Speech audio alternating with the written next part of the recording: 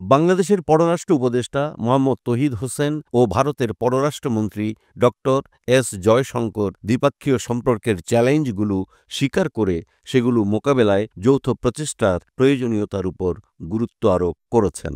পররাষ্ট্র মন্ত্রণালয়ের এক সংবাদ বিজ্ঞপ্তিতে বলা হয়, ওমানের রাজধানী মাস্কাটে অনুষ্ঠিত ৮ম ভারত মহাসাগর সম্মেলনের ফাঁকে তাদের মধ্যে এই আলোচনা হয়। সংবাদ বিজ্ঞপ্তিতে বলা হয়, উভয় পক্ষ স্বীকার করেছে যে প্রতিবেশী দুটি দেশ দ্বিপক্ষীয় সম্পর্কের ক্ষেত্রে বিভিন্ন চ্যালেঞ্জের সম্মুখীন এবং সেগুলো মোকাবেলায় একসঙ্গে কাজ করা প্রয়োজন। বৈঠকে তৌহিদ হোসেন গঙ্গা নদীর পানি চুক্তির নবায়নের বিষয়ে আলোচনা শুরুর প্রয়োজনীয়তা তুলে ধরেন।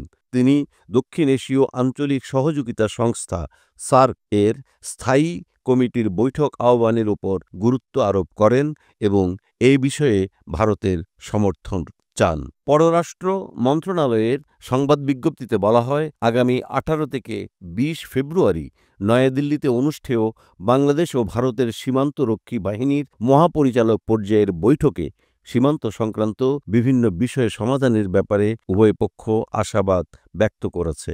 তারা পারস্পরিক স্বার্থ সংশ্লিষ্ট অন্যান্য দ্বিপক্ষীয় বিষয় নিয়েও মতবিনিময় করেন বলে জানায় পররাষ্ট্র মন্ত্রণালয়। ২০২৪ সালের সেপ্টেম্বর মাসে জাতিসংঘ সাধারণ পরিষদের এক পার্শ্ব বৈঠকে তাদের শেষ সাক্ষাতের প্রসঙ্গ টেনে তারা উল্লেখ করেন, এরপর থেকে দুই দেশ একাধিক দ্বিপক্ষীয় সংলাপে অংশ নিয়েছে, যার মধ্যে গত ৯ ডিসেম্বর ঢাকায় পররাষ্ট্র সচিব পর্যায়ের পররাষ্ট্র দপ্তর পরামর্শ বৈঠকও অন্তর্ভুক্ত রয়েছে।